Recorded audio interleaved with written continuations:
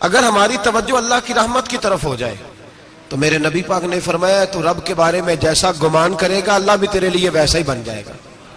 अल्लाह वैसा बन के तुझे नवाजेगा। अगर तेरा ये ज़हन बन जाए ना कि जो अल्लाह मुझे देगा वो मुझे ही देगा, तो अल्लाह तबारक व तआला सबसे बढ़कर तुझे ही अता फरमाएगा। लेकिन उम्मीद रब करी और उम्मीद रहमत की, उसके करम की, उसकी अता की। हाँ, एक पहलू जरूर सोच के रखना चाहिए इस मौजू पर। सारी दुनिया निकम्मा कह दे तो बेटा माँ बाप के नजदीक निकम्मा नहीं होता। बाप बेचारा एक गलती का बच्चा करता है तो वो जाता है, दूसरी करता है तो जाता है, तीसरी जगह भी उसके हिस्से की माफी मांगने जाता है, बड़ा कुछ करता है। फिर एक वक्त आ ही जाता है कि जब बाप मजबूर हो के अखबार पे इश्तिहार देता है कि मैंने इसे आग कर दिया है, अब मैं इसके स्याह सफेद का मालिक। क्या ख्याल है आपका? पहली गलती पे अब्बा जी ऐसे कर देते हैं जी, दूसरी पे करते होंगे। कब करते हैं? जब हद हो जाती है। और एक दो इश्तिहार नहीं होते। आप सवेरे अखबार खोलें, अखबार के अंदर के सफात का मुताला करें तो शायद दर्जनों इश्तिहार होते हैं आंखनामे के। भाई किस बाप का दिल करता है कि वो बेटा जिसके लिए उसकी उम्मीद है कि कल मेरे बुढ़ापे का सहारा बनेगा, वो लिख के दे दे कि मेरा रिश्ता ही कोई नहीं बेटे के साथ? किसका दिल करता है? और फिर यहां तक नहीं होता, बल्कि आप कानून जानने वाले लोगों से कभी पूछें, वो आंखनामा लोग अदालतों में जमा कराते हैं। कहते हैं जी मैंने तो अखबार में निकाल दिया, मेरा इसके साथ कोई ताल्लुक। अम्मा कहती है मेरा कोई रिश्ता नहीं। क्यों? कब होता है ऐसे? जब बच्चा हद कर दे, जब बच्चा 1 2 3 4 गलतियों पे ऐसा, अल्लाह भी बंदे को सजा देता है। लेकिन कब? जब बंदा बाज ही ना आए, बंदा तौबा करे ही ना, रुजू ही ना करे, सोचे ना कि मुझे अल्लाह की बारगाह में जाना चाहिए। हम लोग अपना एक ज़हन बना के जिंदगी गुजारते हैं, एक ज़हन बना के, बल्कि लोग गुनाहों के नाम बदल बदल के वक्त गुजारते हैं। हम अपने नफ्स का बुत बना के सारा वक्त उसी की पूजा पे माज़अल्लाह लगा देते हैं। बस ये ठीक है, ये ठीक है और ये ठीक है, चौथी बात सही कोई नहीं। इसी के अंदर हम उलझे रहते हैं मेरे भाई। रहमत इलाही का गलत तस्वर अपनाते हैं। ओ मेरे भाई, किसी बंदे की मजबूरी तो माफ होती है, लेकिन अगर कोई जानबूझ के ज्यादती करे तो वो उसकी माफी, जिस बच्चे को पता हो ना उस्ताद को कि इसके वाकई घर में फौतगी हो गई थी, उस्ताद उसे सजा नहीं देता। जिसका पता हो कि वाकई ये बीमार था तो उस्ताद उसे क्लास में खड़ा नहीं करता। जिसका पता हो कि ये ज्यादती कर रहा है, जानबूझ के कर रहा है, उस्ताद उसे डंडों से मारता है और ज्यादा मारता है। कहता है तू नालायक है, तू जानबूझ के करता है। मेरे भाई अल्लाह की रहमत है, हर एक पे बरसती है। लेकिन एक बंदा खड़ा ही हो जाए रब के मुकाबले में, वो ना नमाज पढ़े, ना मस्जिद आए, ना कोई काम करे, ना वो दीन की तरफ तवज्जो करे, ना वो कभी अल्लाह से इस्तिगफार करे, ना वो कभी जायज काम की तरफ तवज्जो करे, सारी जिंदगी हराम इकट्ठा करे, नाजायज करे, तो अब तूने हद कर दी। तेरे पास गजब आया नहीं, बल्कि तूने गजब को आवाज दी है। तूने अल्लाह के गजब को, बोलिए, अल्लाह के गजब को, गजब होना और होता है और गजब को आवाज देना, बोलिए, गजब को आवाज देना, इनमें फर्क है मेरे भाई, याद रखें। हम आवाज देते हैं गजब को, गजब होता नहीं। देखें नबी करीम सल्लल्लाहु अलैहि वसल्लम, और ये हदीस आपने याद रखनी है, ये याद रखनी है। नबी पाक सल्लल्लाहु अलैहि वसल्लम ने ना बहुत कम लोगों को बेवकूफ कहा है। हमारे जमाने में तो आम लफ्ज है ना बेवकूफ कहना। अल्लाह के रसूल सल्लल्लाहु अलैहि वसल्लम ने बहुत कम लोगों को बेवकूफ कहा। मुस्नद इमाम अहमद बिन हंबल की हदीस है, नबी करीम अलैहिस्सलातु वस्सलाम ने फरमाया वो अहमक है, वो बेवकूफ है। नबी पाक फरमा रहे हैं। और मैंने कहा कम लोगों को हुजूर बेवकूफ कहते थे। नबी करीम अलैहिस्सलातु वस्सलाम ने फरमाया वो बंदा बेवकूफ है जो सारा दिन अल्लाह की नाफरमानी करता है और फिर भी रब की रहमत की उम्मीद करता है, तो बेवकूफ है। सुबह से शाम तक लगा हुआ है, मैंने नहीं अल्लाह माननी, मैंने नहीं तेरी माननी, माज़अल्लाह मैंने नहीं माननी। शाम होती है तो कहता है अल्लाह बड़ा मेहरबान है, बख्श देगा। तू बेवकूफ है, तू बेवकूफ है। तू बता ना क्या मजबूरी थी नमाज ना पढ़ने की? किसने तुझे गन पॉइंट पे कहा था हराम खाने को? और फला आदमी की तूने गीबत की तो तेरा उसमें क्या फायदा था? ये जो तूने सिर्फ 10 बंदों को हंसाने के लिए झूठा लतीफा सुनाया, इसमें तेरा क्या नफा था? तू सुबह से शाम तक नाफरमानी करता है, शाम को कहता है अल्लाह करीम है माफ कर देगा, अल्लाह मेहरबान है माफ कर देगा। उस्ताद मेहरबान होता है कि नहीं? फेल क्यों करता है इम्तिहान में? बोले उस्ताद बाप होता है ना, उसका दिल करता है शागिर्द फेल हो जाए, तो क्यों करता है? लेकिन शागिर्द ने ज्यादती की, उसने पढ़ा नहीं, उसने मैंने कहा बाप आकनामा लिखवाता है, मजबूर होकर लिखवाता है ना। ओ भाई याद, बड़ी प्यारी मिसाल मुल्ला रूमी लिखते हैं, कहते हैं मेरे गांव की एक बीबी थी, उस बीबी ने एक बछड़ा पाला हुआ था। देहातों में ना बूढ़ी माएं बछड़े को पेड़ा देती थी और नाम भी रख लेती थी, किसी ने मिठू नाम रखा होता था, किसी ने कोई नाम। कहते माँ ने बछड़ा रखा हुआ था, अम्मा उसको आवाज देती तो बछड़ा दौड़ा आता, अम्मा उसको पेड़ा खिलाती, बछड़ा बड़ा प्यारा था, जवान हो गया। अम्मा इसलिए बछड़ा पाल रही थी कि जब बछड़ा बड़ा हो जाएगा तो हाल के अंदर बच्चे उसे लगाएंगे, खेती में हाल चलाएंगे। बछड़ा बड़ा हो गया, अम्मा के बेटे कहने लगे अम्मा ला, तूने बड़ा खिला पिला लिया, इससे कोई काम लेते। हाल के आगे लगाया तो कहने लगा मैंने तो नहीं चलना। अम्मा के पास आए, कहने लगे ये नहीं चलता। अम्मा कहने लगी चलो टाइम दो थोड़ा, समझ जाएगा। फिर मौका दिया, फिर आए, कहा अम्मा अब तो हमने उसके नाक में नकेल भी डाल दी है, लेकिन अब भी ये हल में चलने को तैयार है। मुल्ला रूमी रहमतुल्लाह अलैह फरमाते हैं फिर कहा अम्मा से, अम्मा कहने लगी चलो थोड़ा टाइम और दे दो, सियाना हो जाएगा। थोड़ा टाइम और दिया, डंडे भी मारे, लेकिन वो सियाना होने को तैयार है। अब अम्मा के पास आए तो अम्मा मजबूर हो गई, दिल नहीं करता था। कहने लगी जाओ फिर कसाई के हाथ बेच डालो। वो गया कसाई के पास, उसे काटा गया, उसकी खाल उतारी गई, उसके छोटे छोटे पीस करके खा गए लोग। वो मार हो रही थी, लोगों ने अम्मा से कहा तुझे तो बड़ा प्यारा था, तूने कटवा को दिया। तो अम्मा कहने लगी प्यारा तो बड़ा था पर मानता नहीं था। प्यारा बड़ा था, काश बात मानता, मकसद पूरा करता तो कभी भी काटा। भाई रब करीम नहीं चाहता बंदा दोजख में जले, अल्लाह की रहमत नहीं चाहती जहन्नम में जले, पर बंदा मानता ही नहीं, ये तैयार ही नहीं होता। ये सोया हुआ है सवेरे, ये वो गप्पे लगा रहा है, असर के वक्त चौराहे पे खड़ा है, नमाज पढ़ने नहीं आया। इसने सारी जिंदगी में दर्जनों लतीफे सीख लिए, हजारों कहानियां सीख गया, कुरान पाक पढ़ना नहीं सीखा। इसने जिंदगी की हर चालाकी सीख ली है, नहीं सीखी तो अपने रसूल की हदीस नहीं सीखी, नहीं सीखा तो दीन की जरूरी बातों को नहीं सीखा। अब रब की रहमत तो नहीं चाहती कि बंदा जहन्नम में जाए, वो तो मेहरबान है, लेकिन रब करीम का कानून का तकाजा यह है कि जो अहकाम पूरे नहीं करेगा उसे फिर दोजख में डाला जाएगा। तो हमारे बुजुर्ग फरमाया करते थे असल बात यह है कि अल्लाह नहीं मुसलमान को दोजख में डालना चाहता, मुसलमान अपनी मर्जी से छलांगे लगा रहे हैं, ये खुद छलांगे लगाता है, ये बाज नहीं आता। आप यकीन करें, बड़ी जिम्मेदारी के साथ, बड़े खुलूस के साथ और बड़ी दयानतदारी से तजर्बे की बात अर्ज करता हूं। हमारे बहुत सारे गुनाह ऐसे हैं जिन गुनाहों का हमारी दुनियादारी को भी कोई फायदा नहीं, कोई फायदा नहीं हमारी दुनिया को भी उस गलती का। मेरी बातों की समझ आ रही है आप दोस्त? कुछ गुनाह ऐसे, एक तो होता है कि दुनिया का कोई फायदा हो, उस गुनाह में हमारी दुनिया का भी कोई फायदा। जो आदमी झूठे लतीफे सुनाता है, झूठ बोलता है, झूठ कोई फायदा नहीं उसे, लोग 10 मिनट हंसते हैं और बाहर जा कहते हैं यार ये तो कोई गैर संजीदा आदमी, वो अकल ही नहीं। क्या फायदा कमाया उसने, क्या नफा लिया उसने? जो आदमी बढ़ बढ़ के बातें करता है, 2, 4, 5, 10 आदमियों की कीमत कर जाता है, लोग कहते हैं यार बड़ा चुगलखोर है, क्या कमाया उसने जिंदगी में? कुछ हासिल कर लिया उसने? हमारे बहुत सारे गुनाह मेरे भाई वो है जिनका हमारी दुनिया को भी कोई फायदा नहीं। तो क्यों ना हम उन गुनाहों को छोड़ दें ताकि हमारे दीन को तो फायदा हो जाए, दीन को तो फायदा हो जाए। सिर्फ जुबान के जायके हैं, कुछ देर के लिए हमारी तबीयत के तकाजे हैं, 10 मिनट की मुस्कुराहट है जिसके लिए हम अल्लाह तबारक व तआला का कानून तोड़ते फिर जा रहा हूं। मेरे हबीब करीम अलैहिस्सलाम ने मुसलमान को कहा है कि तेरा रब तो चाहता है कि बस तू आ जा, वो तुझ पे रहमत नाजिल कर देगा। आना तो शर्त है कि नहीं? आना तो शर्त है कि नहीं? अच्छा चलें ये बताएं, जो आदमी 1 से लेकर 31 तारीख तक ड्यूटी करे उसको तनख्वाह लेने जाना पड़ता है कि तनख्वाह घर आ जाती है? बोल के बताएं। फिर भी जाना पड़ता है, वो कहे मैंने ड्यूटी पूरी की है, फिर भी जाना पड़ता है। ड्यूटी पूरी करने के बावजूद तुझे तनख्वाह लेने, और हो सकता है कि यह भी कहा जाए अभी आई नहीं कल आना, हो सकता है यह भी कहा जाए परसों आना, यह भी मुमकिन नहीं कि फौरन। ओ खुदा के बंदे, तू आता ही नहीं खुदा की रहमत लेने, तू उसके घर की तरफ रुजू ही नहीं करता, तू तवज्जो ही नहीं करता, तू कहता अल्लाह मेहरबान है। भाई मेहरबान तो है, तू रहमत लेने आया है, तूने को बहाना बनाया उसकी रहमत का। अल्लाह की रहमत कीमत नहीं मांगती, बहाना मांगती है, पर बता ना तेरा को बहाना है कि नहीं?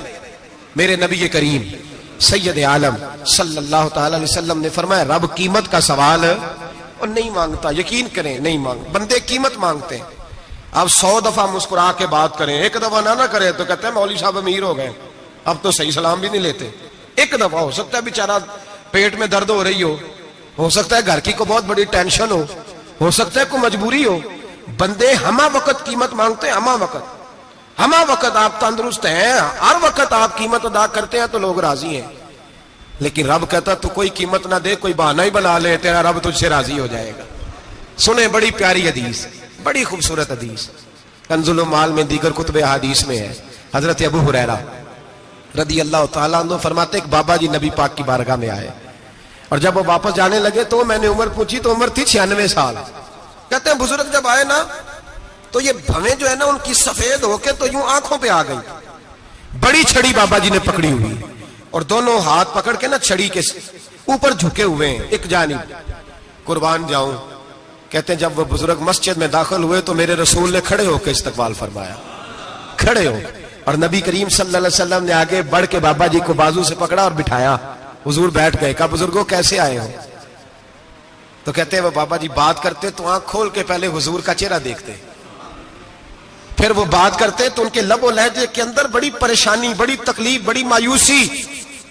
अर्ज करने लगे या रसूल अल्लाह, हुजूर जिंदगी सारी गुनाहों में बीत गई है, हुजूर गलतियां ही गलतियां, याद माजी अजाब है, या रब छीन ले मुझसे हाफजा मेरा। अल्लाह के रसूल बड़ी लंबी फहरिस्त है, पाप ही पाप है, काले स्याह दफ्तर है।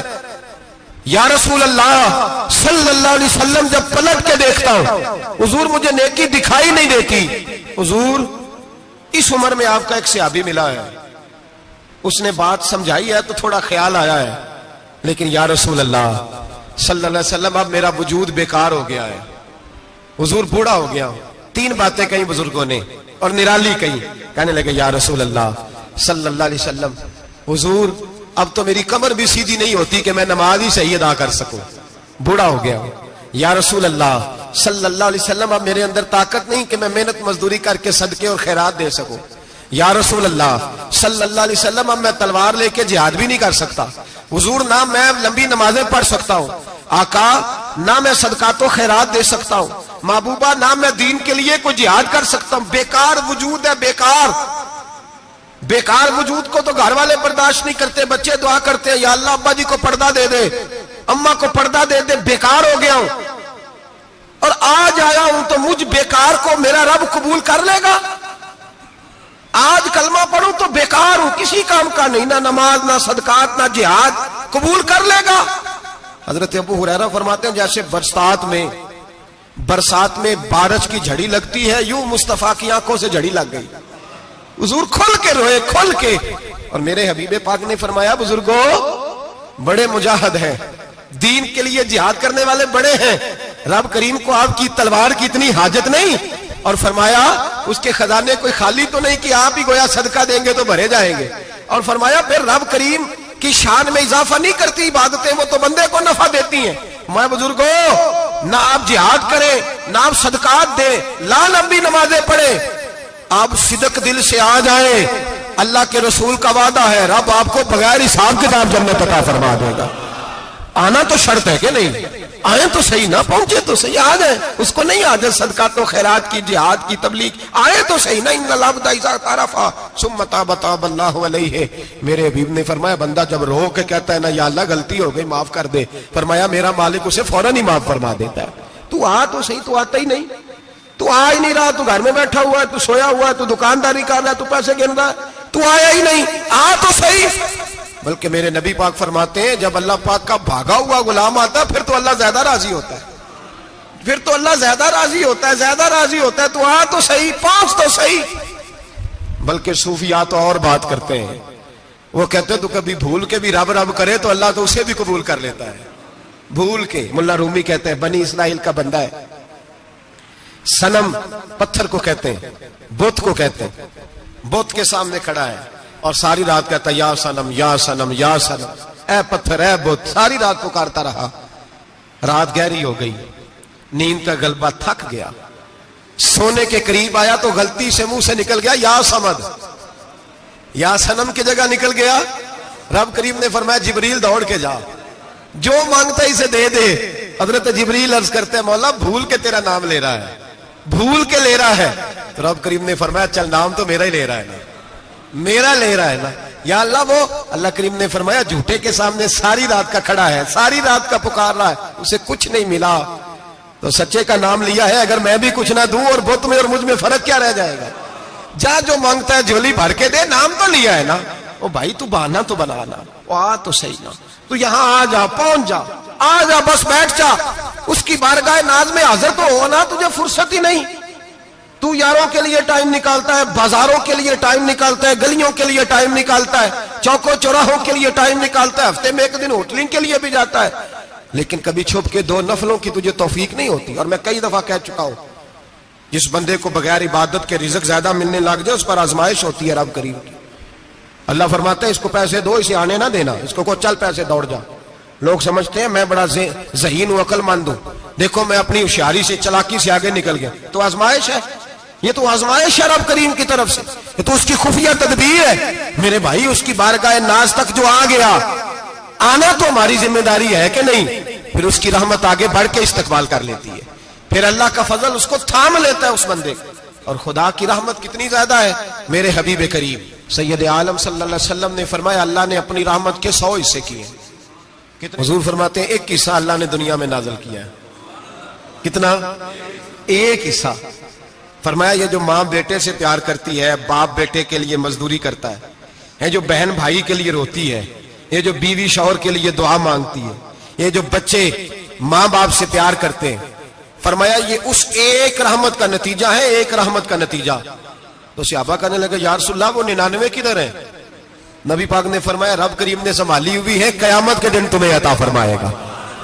अभी तो एक नाज़िल की है, अभी अल्लाह ने। एक बुजुर्ग थे, हमें तफसीर पढ़ाया करते थे, तफसीर के उस्ताद थे।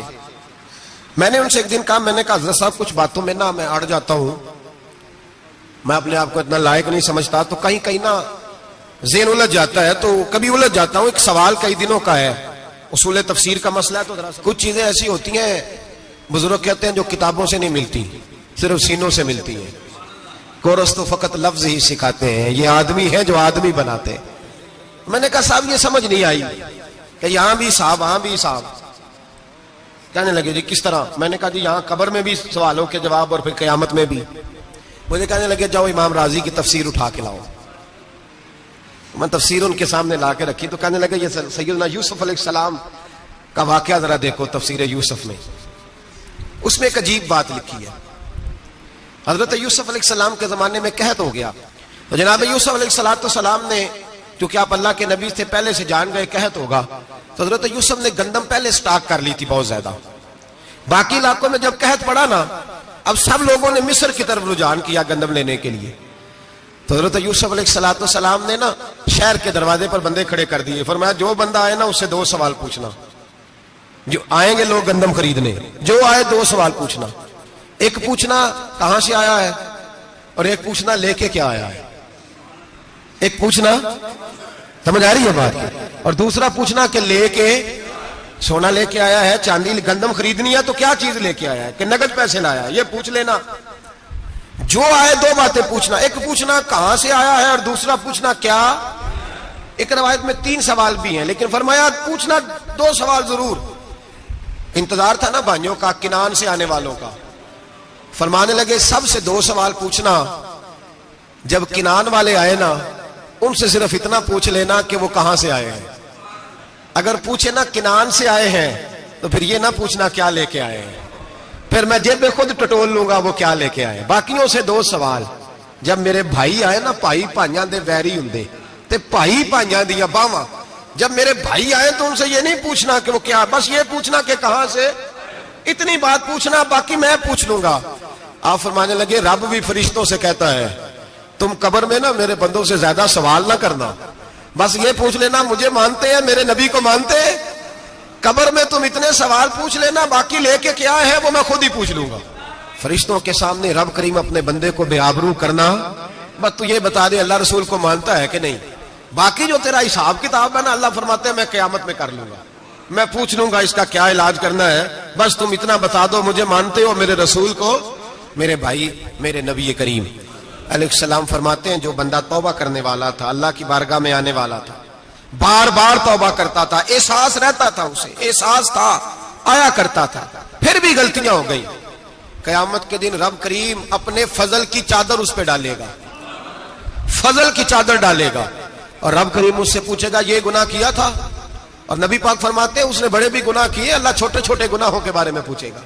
ये गलती की थी, ये गुनाह, बंदा डर रहा है, वो कह रहा है पता नहीं सजा क्या मिलेगी, क्योंकि दुनिया में भी डरता रहा, यहां भी डर रहा है। शर्त यह है कि एहसास वाला हो, आता रहो, फिर भी गलतियां हो गई, ख्याल करता था, मेहनत करता था, नेक होने की जद्दोजहद करता था, कोताहियां रह गई, ये गुनाह किया था या अल्लाह भूल गया था, ये गुनाह किया अल्लाह मुझसे गलती हो गई, यहां भी किया था या अल्लाह गलती हो गई। नबी पाक सल्लल्लाहु अलैहि वसल्लम फरमाते छोटे छोटे गुनाह अल्लाह दिखा रहा है और उससे कह रहा है ये किया था, मानता जा रहा है।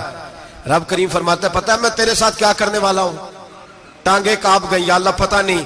फरमाया मैं तुझे इन गुनाहों के बदले नेकियां देने लगा हूं, इन गुनाहों के बदले नेकियां। नबी पाक फरमाते फटाफट ही बोल पड़ा, कहने लगा या अल्लाह मैंने तो बड़े बड़े गुनाह भी किए, अगर तूने गुनाहों के बदले नेकियां दे दिया तो मेरे तो बड़े बड़े पाप भी हैं, वो दूसरे किधर है? तो मेरे हबीब करीम अलैहिस्सलातु सलाम फरमाते रब मुस्कुराएगा जो रब की शान के लायक है। अल्लाह फरमाएगा तेरे दिल में एहसास था, तू आया करता था, तू तौबा करता था, तू मेरी बारगाह नाज में आता था, पता तेरे ऊपर चादर क्यों डाली है? या अल्लाह नहीं, फरमाया मैं तुझे अपनी रहमत की चादर में छुपा के जन्नत में दाखिल करना चाहता हूं। मेरे भाई तू आ तो सही, तू पहुंच तो सही, खुदारा ये जो जितनी दुनियादारी है ना, ये तो आप हर वक्त करेंगे तो राजी होंगे लोग, हर वक्त। और ये जो हमने प्लानिंग की हुई है ना कि मैं फलाना काम करके सियाना हो जाऊंगा, तो इतनी मोहलत नहीं दी अल्लाह पाक ने। वो कहता फौरन आ, अपनी मनसूबाबंदी बदलें, रहमत इलाही की जानिब तवज्जो करें, अपना जहन रब करीम के बारे में करम वाला बनाए और ये इरादा करें कि मैं उसकी बारगाह में आऊंगा तो वो मुझे अता करेगा। अपने बाजू पे भरोसा ना करें, अपनी अकल पे भरोसा ना करें, भरोसा जब भी करें खुदा की रहमत पे करें, उसके फजल पे करें, उसके करम पे करें और जहन बनाए कि अल्लाह माफ करने वाला है। हमारे जिम्मे यह है कि हम अपने गुनाहों का एहसास पैदा करें, हमारी जिम्मेदारी यह है कि हम तौबा सच्ची और खरी करें, हमारी ड्यूटी यह है कि हम अल्लाह की बारगाह में सही मानों में हाजिरी दें। हम तौबा भी झूठी करते हैं, बल्कि अगर मैं कहूं कि मजाक करते हैं। शब बारात आने वाली है ना, किस दिन है? जुमेरात को शब बारात आएगी। कुछ लोग तो खैर वैसे डट जाते हैं, कहते हैं हम नहीं मानते, वो पक्के लगे हुए हैं, वो कहते हैं नहीं इबादत नहीं करनी चाहिए। मैंने कहा यार बस करो, छोड़ दो। अब अल्लाह की इबादत करने के लिए भी तुमसे सनद लेनी पड़ेगी कि मौलवी साहब इजाजत दे, नफल पढ़ लें, इजाजत लेनी पड़ेगी। और बंदे बड़े समझदार हैं, वो कोई सियासी बंदा दूसरी पार्टी का आ जाए तो उसे मुतमिन कर लेते हैं, कुछ बसरा दूसरी जमात का मसला पूछ ले, कहते मौलवी साहब पूछ के दसागा। ये मोटी सी बात है। शबरात को क्या होता है? इबादत। क्या होता है? बोल के बताएं। यही होता है ना, तो इसके लिए सर्टिफिकेट की जरूरत है जी। वल्लज़ीना यबीतूना लिरब्बिहिम सुज्जदन व क़यामा। अल्लाह फरमाते हैं मेरे बंदे सारी रात गुजार देते हैं या कयाम करते हुए या सजदा करते हुए, इसके लिए सर्टिफिकेट की जरूरत है। बड़ी जल्दी मसला पूछने आ जाते हैं लोग। हाँ, एक वो है जो मानते ही नहीं सिरे से, एक वो है जो बड़ा अजीब मानते हैं। वो कहते हैं शबरात है, छोटा गोश्त ही नहीं मिल रहा दुकान से। भाई शबरात गोश्त खाने का दिन है, हलवा खाने का दिन है शब बारात, मौज करने का दिहाड़ा आ गया शब बारात। शबरात आई है, पहले किलो गोश्त आता था, अब 2 किलो ले लो। ये कौन सा तरीका है शब बारात मनाने का? और फिर शब बारात मनाई जाएगी। मेराज शरीफ से पटाखे चल रहे हैं रोज शाम को, चलते हैं ना? नहीं, मैं क्या अरे मैनू गलती लगती, तुसी बोले नहीं ना। चलते हैं पटाखे। कौन बेचता है पटाखे? हिंदू, सिख, यहूदी। चलाता कौन है? किसने कहा चलाने को? इसमें कोई किसी फिरके का भी इख्तलाफ नहीं होता। डरना चाहिए अल्लाह पाक से। अल्लाह जहन्नम की आग ठंडी करता है, हम जलाते हैं शबरात को। रब फरमाता है ठंडी होगी, हम जला रहे हैं। बच्चे पटाखों के पैसे पड़ोसी से लेके आते हैं कि हमसे लेते हैं? हम मना क्यों नहीं करते? जूते ना पॉलिश करने पे तो थप्पड़ लगते हैं, तो पटाखे वाले बच्चे को नहीं पूछा जा सकता? बाप की जिम्मेदारी है। और मुहद्दिसीन ने मसला लिखा है, अगर बच्चा नाबालिग कोई गलती करता है तो उसका बाप जिम्मेदार है, जवाब दे उसकी जगह पर। इनको समझाएं। शब बारात आएगी, फिर तौबा होगी, हर मस्जिद से रोने की आवाज आएगी, जोर जोर से लोग रोएंगे, तड़पेंगे, इज्तिमात होंगे, बड़े बड़े इज्तिमात होंगे, तौबा करेंगे लोग, करेंगे ना इंशाअल्लाह ताला, आएंगे ना लोग मस्जिदों में। फिर सवेरे झूठ बंद हो जाएगा ना, अगली सुबह मिलावट खत्म, कम तोलना खत्म। ये कैसी तौबा है? वो दुकानदार जो शबरात वाले दिन गलत सूजी फरोख्त कर रहा है, मिलावट वाली चीनी बेच रहा है, ताकि दवाइयों में धोखा देते हैं लोग, दवाइयों में धोखा देते हैं। एक डॉक्टर खुद मुझे कहने लगे, वो मेरे दोस्त है, हल्का फुल्का कोर्स किया हुआ है, कहते मेरे दोस्त है कई सारे लोग, तो एक ऐसा ही हमारे शोबे का आदमी था, तो अपने अब्बा जी को वो ड्रिप लगाने लगा, तो अब्बा जी कहने लगे पुत्र मिन्नू असली ला दे तेरी मेहरबानी, मिन्नू असली ला दे तेरी मेहरबानी, लोखा अली ना ला दे। ये हाल हो गया है। दवा, मुझे बताएं वो कौम इखलाकी तौर पे कितनी गिर चुकी है जो दवाइयों में जहर बेचती है, दवाइयों में। और मैं इंशाल्लाह किसी मौके पर तफसील से इस पर गुफ्तगू करूंगा, बड़ी तफसील से। मैंने बहुत सी मालूमात इकट्ठी की हैं कि कितना जुल्म करते हैं ये लोग, लिखने वाले भी, लाने वाले भी, बेचने वाले भी, कितने बड़े मुजरम है, सेहत के साथ खेलते हैं। सेहत 12 लाम दाम बरसरे, मतलब जिस आदमी ने धोखे का माल ला के रखा है शबरात वाले दिन के रात तौबा भी करनी है और सवेरे ये बेचना भी है, वो तौबा करने आया है। जिसने धोखे का माल ला के रखा है कि सवेरे बेचना है और रात तौबा भी करनी है, वो तौबा कर रहा है कि मजाक कर रहा है? तौबा मेरी तौबा, अस्तगफिरुल्लाह, या अल्लाह माफ कर दे, ऊंची ऊंची आवाज में रो रहा है और सवेरे सारे चक्कर वही हैं। ये कैसी तौबा है? तौबा क्या है? मेरे नबी पाक अलैहिस्सलाम के गुलामों ने तौबा की तकसीम की। हजरत हसन बसरी से किसी ने पूछी तौबा क्या है, तो आपने फरमाया तौबा ये है कि जब तू तौबा कर ले तो फिर उस जगह नजर ना आना जहां खड़े होने से रब रसूल नाराज होते। और फरमाया तौबा ये है कि जब तूने तौबा कर ली फिर वहां से गैर हाजिर ना होना जहां हाजिरी का तुझे अल्लाह रसूल हुक्म देते हैं। ये तेरी तौबा है। और अगर तू ऐसा नहीं करता फिर तूने तौबा नहीं की, फिर तूने मजाक किया। मेरे भाई, रहमत इलाही आवाज देती है की तरफ रुजू करें, दौड़े और रहमत की उम्मीद रख के आएंगे। समझ लें कि अल्लाह पाक, मैं एक बात अक्सर करता हूं, नबुव्वत का दरवाजा बंद हुआ है। दाता गंज बख्श अली अजमेरी ने कहीं नहीं लिखा था कि मेरे बाद अली बिन उस्मान अजमेरी दूसरा नहीं आ सकता। हजरत मुजद्दद साहब कहीं नहीं लिख के गए कि दूसरा मुजद्दद अल्फसानी पैदा नहीं होगा। हजरत बाउलक नक्शबंद बुखारी ने कहीं नहीं कहा कि मेरे जैसा वली नहीं हो सके। बुजुर्गों ने कभी नहीं कहा। तू जदोजहद तो कर। इकबाल कहते हैं आज भी हो अगर इब्राहिम का ईमान पैदा, आग कर सकती है अंदाजे गुलिस्तां पैदा। तू प्रोग्राम तो बना, आगे की तरफ तो सफर कर। मेरे नबी करीम सैयद आलम सल्लल्लाहु अलैहि वसल्लम ने फरमाया तेरे आ जाने से तेरा रब राजी हो जाता है। जब तू आता है तो तेरा अल्लाह राजी हो जाता है। ये जो हमारी मुश्किलात होती है ना, जिनमें अमुलझे होते हैं, वो जो हमें जादू हो जाता है, तवीज कर देते हैं हमारे करीबी रिश्तेदार, वो तवीज नहीं होते, वो हमारे अमाल की सजा होती है, हमारे अमाल की सजा होती है।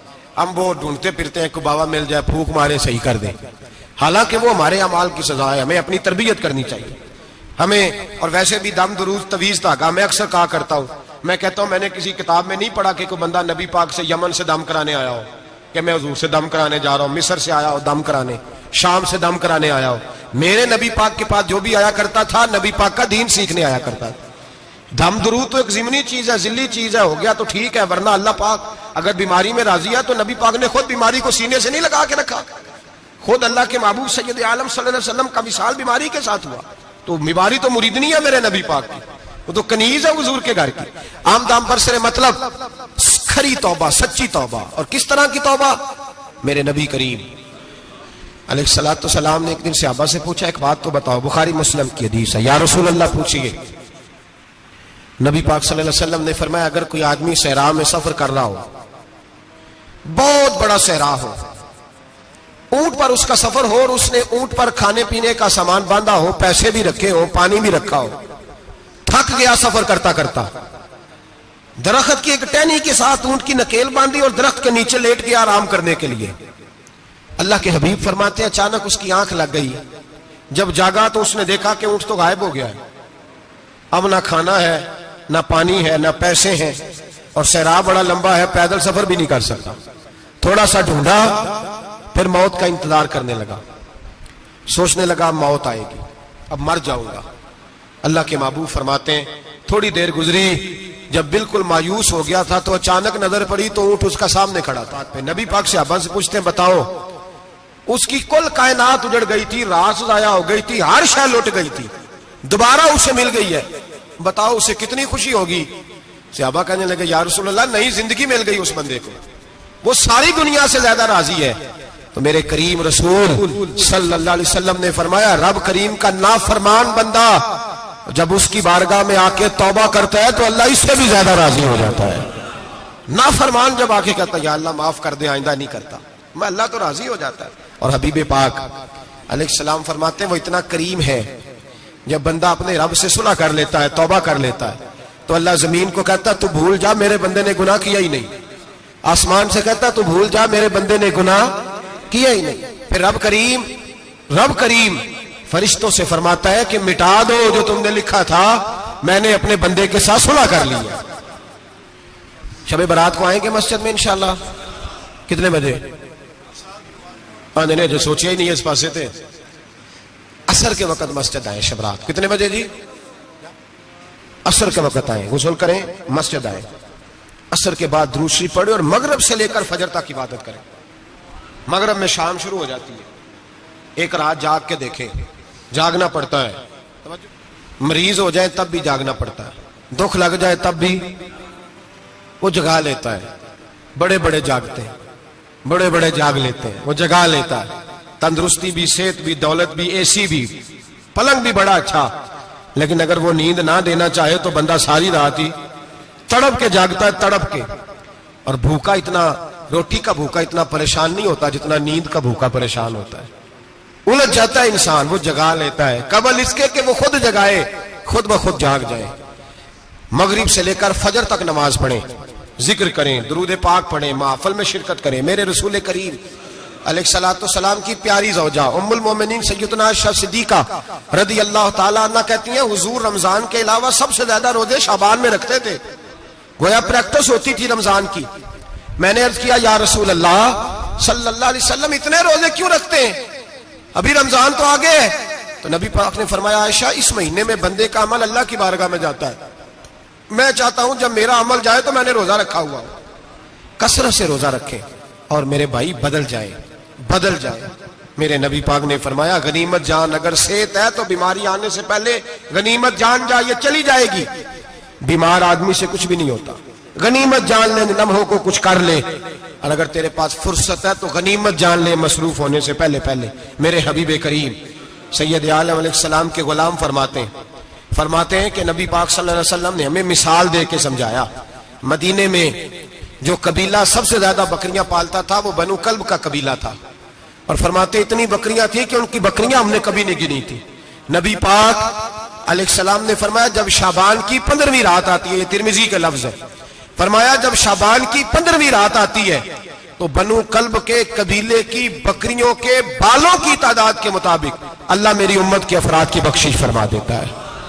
और सहाबा कहते हैं हमें लगता यूं है कि चूंकि हमने जो चीज सबसे ज्यादा देखी थी वो बनु कल्ब की बकरियां थी, इसलिए नबी पाक ने हमें समझाने के लिए उनकी बात की, वरना अगर हमने उससे ज्यादा कुछ शायद देखी होती तो नबी पाक उसका नाम बयान फरमाते। हमें समझाने के लिए फरमाया बनु कल्ब के कबीले की बकरियों के बालों की किसी एक बकरी के बाल भी बंदा गिन सकता। और हुजूर ने फरमाया जो सबसे ज्यादा बकरियां पालते उनकी तादाद के मुताबिक हजरत आयशा सिद्दीका रदी अल्लाह ताला अन्हा फरमाती है जन्नतुल बकी में हुजूर जाया करते, कब्रिस्तान में, कब्रिस्तान के कोने में। अल्लाह के रसूल को मैंने नमाज पढ़ते भी देखा 15वीं रात को, और फरमाती है हुजूर बकी वालों के लिए बख्शिश की दुआ भी करते, कब्रिस्तान भी जाएं शब बारात को, उनके लिए दुआ भी करें।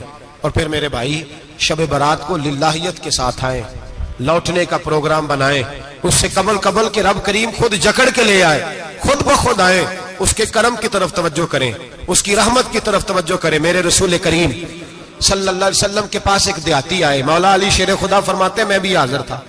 कहते कभी कभी सादे बंदे आते थे पर बड़ी अजीब ही बात कर जाते थे। कहते एक देहाती आए, तामत बांधी हुई और सादा सा रुमाल कंधे पे रखा हुआ है, नबी पाक के पास आए और हुजूर से दिल लगी करने लगे, हुजूर से दिल लगी करने लगे, मीठी बातें कहने लगे यार रसूलल्लाह एक मसला पूछने आया हूं। फिर मैं पूछो। अर्ज करते हैं हुजूर कयामत में हिसाब कौन लेगा, कयामत में अब किसको नहीं पता कौन हिसाब लेगा, दिल लगी की बात है ना, कौन लेगा। नबी पाक ने फरमाया अल्लाह हिसाब लेगा। तो कहते उसने ना और जुमला कहा तो हम उसकी बात पे हैरान हो गए, कहने लगे या रसूलल्लाह वाकई अल्लाह हिसाब लेगा। तो कहते नबी पाक मुस्कुराए, फरमाने लगे तुझे तेरी मार होए मैं सच्ची तो कह रहा हूं, तो किस तरह की बात कर रहा है, अल्लाह हिसाब लेगा। हजरत अली फरमाते उसने रुमाल उठाया कंधे पे रखा, कहने लगे या रसूल अल्लाह अगर रब हिसाब लेगा तो फिर उसने माफ ही कर देना है, ये कह के वो चला गया, ये लफ्ज कह के वो चला गया। तो हजरत मौला अली कहते हैं मैंने हुजूर का चेहरा देखा तो गुलाब से भी ज्यादा खिला हुआ था, मैंने नबी पाक का चेहरा देखा तो चांद से भी ज्यादा रोशन था। मैंने कहा हुजूर ये क्या कह गया है? नबी पाक ने फरमाया बंदा बड़ा सादा था, बात बड़ी प्यारी कर गया है, बड़ी प्यारी कर गया है। हुजूर ने फरमाया अली रब करीम है, और करीम जब गालिब होता है तो करम ही फरमाया करता है, वो करम ही करता है, वो माफ ही करता है, वो माफ ही करता है। अल्लाह माफ करता है, पर मैंने कहा कोई माफी लेने आए ही ना, तो कोई माफी लेने। एक और बात भी आखिर में समझानी है आपको, वो भी समझ ले। हम जब किसी रिश्तेदार को राजी करने जाते हैं ना, नाराज हो, तो हमें पता चल जाता है कि ये वक्त टपाने आया या राजी हो गया। दो किस्म के लोग होते हैं, कहते हैं चलो बरादरी आ गई मैं चलता हूं, पर किस तरह? टाइम पे टाइम आऊंगा, 200 दे के घर आ जाऊंगा। और जो राजी हो जाते हैं ना, वो 2 दिन पहले आते हैं, देगों का भी ख्याल करते हैं, मुलाकात करते हैं, वो कपड़े भी नहीं बदलते। फर्क होता है राजी होने में। बात की समझ आ रही है आप? हम तौबा करने आते हैं अल्लाह की बारगाह में, क्या हमें पता नहीं चलता कि हमने तौबा किया, रब राजी हुआ है कि नहीं हुआ? हमारा ईमानी रिश्ता तो है ना अपने रब से, रूह का ताल्लुक तो है ना, तो हमें अंदाजा होता है कि अल्लाह राजी हो गया कि नहीं। अंदाजा तो होना चाहिए ना हमें। ये बात कहने की नहीं, ये बात महसूस करने की है, इसको महसूस करें। हम जब अल्लाह की बारगाह में आए तो फिर हमें अंदाजा होना चाहिए कि मैंने मना लिया है कि नहीं मना सका, मैं उसको राजी करके उठ रहा हूं कि नहीं उठ रहा। अगर बगैर राजी किए उठे हो तो फिर फॉर्मेलिटी करने आए थे, फिर राजी करने नहीं आए थे। हजरत फुज़ैल इब्ने अय्याज़ रहमतुल्लाह ताला अलैह फरमाते एक दिन मैंने सर सजदे में रखा और मैंने कहा खुदाबंदा आज मुझे पता चलेगा कि तू मुझसे राजी है कि नाराज है, तो फिर ही मैं उठूंगा, फिर ही उठूंगा। आप फरमाते हैं मुझे चारों कोनों से आवाज आने लगी कि तेरा रब राजी हो गया है। और फरमाते जिस जगह मैं सजदा कर रहा था वो जमीन भी बोलने लगे कि बस कर दे, अर्श का मालिक तुझसे राजी हो गया है। लेकिन शर्त यह है, हजरत हबीब अजमी रहमतुल्लाह अलैह फरमाते हैं मैं सूद का कारोबार करता था तौबा करने से पहले। कई दफा मैंने तौबा की थी, लेकिन मेरी उस तौबा के अंदर सदाकत नहीं होती थी। मेरा दिल भी गवाही देता था कि ये ना, बहुत सारे बंदे कहते हैं आइंदा नहीं करता, वक़्त टपाते हैं। जिस तरह बंदों को धोखा देते हैं, इस तरह माज़ अल्लाह तौबा भी इसी तरह की करते हैं, लेकिन बाद में दोबारा उसी डगर पर चल निकलते हैं जिस पे पहले होते हैं। आप फरमाते हैं मैं कई दफा तौबा करता था तो तोड़ देता था। आज मैंने तौबा की, किस तरह की? सूद का मैं धंधा करता था तो मैं सूद के पैसे लाया, गोश्त पकने को दिया बीवी को, सूद के पैसों का। मेरी बीवी ने हंडिया चढ़ाई, थोड़ी देर गुजरी तो वो सारा गोश्त खून बन गया। मेरी बीवी उठा के लाई, कहने लगी ले जाइए, जो तू गरीबों का खून निचोड़ के लाया था ना, ये खून बन गया, खुद भी पी और औलाद को भी पिलाओ। कहते मैंने सच्ची तौबा का फैसला किया। आज पहले मैं सच्ची तौबा का इरादा नहीं कर, आज सच्ची तौबा का फैसला किया और मैं निकला, हजरत हसन बसरी के पास गया, उनकी बैत हुआ, तौबा की, उन्होंने मुझे अमाल बताए, खरी तौबा की। कहते जब तौबा के लिए घर से निकला तो छोटे छोटे बच्चे खेल रहे थे। एक बच्चा कहने लगा पीछे हट जाओ, बहुत बड़ा सूदिया है, इसका साया भी पड़ गया तो हमारे अंदर नौसत आ जाएगी, पीछे हट जाओ, सूद का धंधा करता है। कहते मुझे और चोट लगी कि या अल्लाह तेरी छोटी छोटी मखलूक भी ये समझती है। कहते मैं तौबा करने गया तो खरी तौबा करके आया, हज़रत हसन बसरी के पास रो रो के तौबा की। मैं वहां से वापस आया तो बच्चे अभी खेल रहे थे। कहते वो बच्चा जो पहले बोला था कि पीछे हट जाओ, बड़ा सूद वाला है, नौसत पड़ जाएगी, वो बच्चा फिर आवाज देके कहने लगा दोस्तों पीछे हट जाओ, रब करीम का वली आ रहा है, अल्लाह का बंदा आ रहा है, कहीं ऐसा ना हो हमारे पैरों से गर्द रुड़े और इस वली के ऊपर पड़े और इसकी तौहीन हो जाए, अल्लाह हमसे नाराज ना हो जाए वली की तौहीन करके, पीछे हट जाओ। आप फरमाते हैं मैंने तड़प के आसमान की तरफ देखा और मैंने कहा या अल्लाह मुझे समझ आ गई है कि खरी तौबा क्या होती है, सच्ची तौबा, असल तौबा क्या होती है। झूठ मूठ की तौबा ना करें। शब बारात को आए और बड़ा दयानतदारी का मशवरा देता हूं, दिल को संभाल के आए। अगर झूठ नहीं छोड़ना, फरेब नहीं छोड़ना, हमने मस्जिद की हाजिरी की पाबंदी नहीं करनी, तो फिर तौबा के लफ्ज पुकारना धोखा है, फिर ये धोखा है, फिर ये मजाक है, फिर मजाक ना करें। आना है तो खरी तौबा के इरादे से आए, खुल के आए। इंशाअल्लाह हर साल हम भी सारी रात यहाँ बैठते हैं, आपसे भी गुजारिश करेंगे कि छुट्टी ना करें, वक्त पे आए, मगरिब में आए, नवाफिल अदा करें, इशा के बाद नवाफिल पढ़ें। महफिल करने का मकसद ये होता है कि तिलावत से दिल नरम होता है, नात से दिल नरम होता है, तकरीर से इंसान की सोच बदलती है, तौबा की तरफ जाती है। ये सारे काम करके जब बंदा इस्तिगफार करता है, तौबा करता है, तो उसके लिए आसान हो जाता है, ज़हन बन जाता है। इसलिए वाज भी होगा, जिक्र भी होगा, दुआ भी होगी। वक्त को जाया न करें, रमजान करीब आने वाला है। बुजुर्ग कहते हैं अगर शब बारात पे सच्ची तौबा कर लोगे तो फिर रमजान में जो नेकियां करोगे वो तुम्हारे पास स्टॉक बन जाएगा, वो तुम्हारे पास खजाना इकट्ठा हो जाएगा। तौबा अभी से कर लो, मामला तभी से समेट लो, ताकि जब रमजान आए तो फिर नेकियां खजाना बन के जमा हो। हमेशा मिदहते खैरुल अनाम में गुजरे। दुआ है ये उम्र दरूद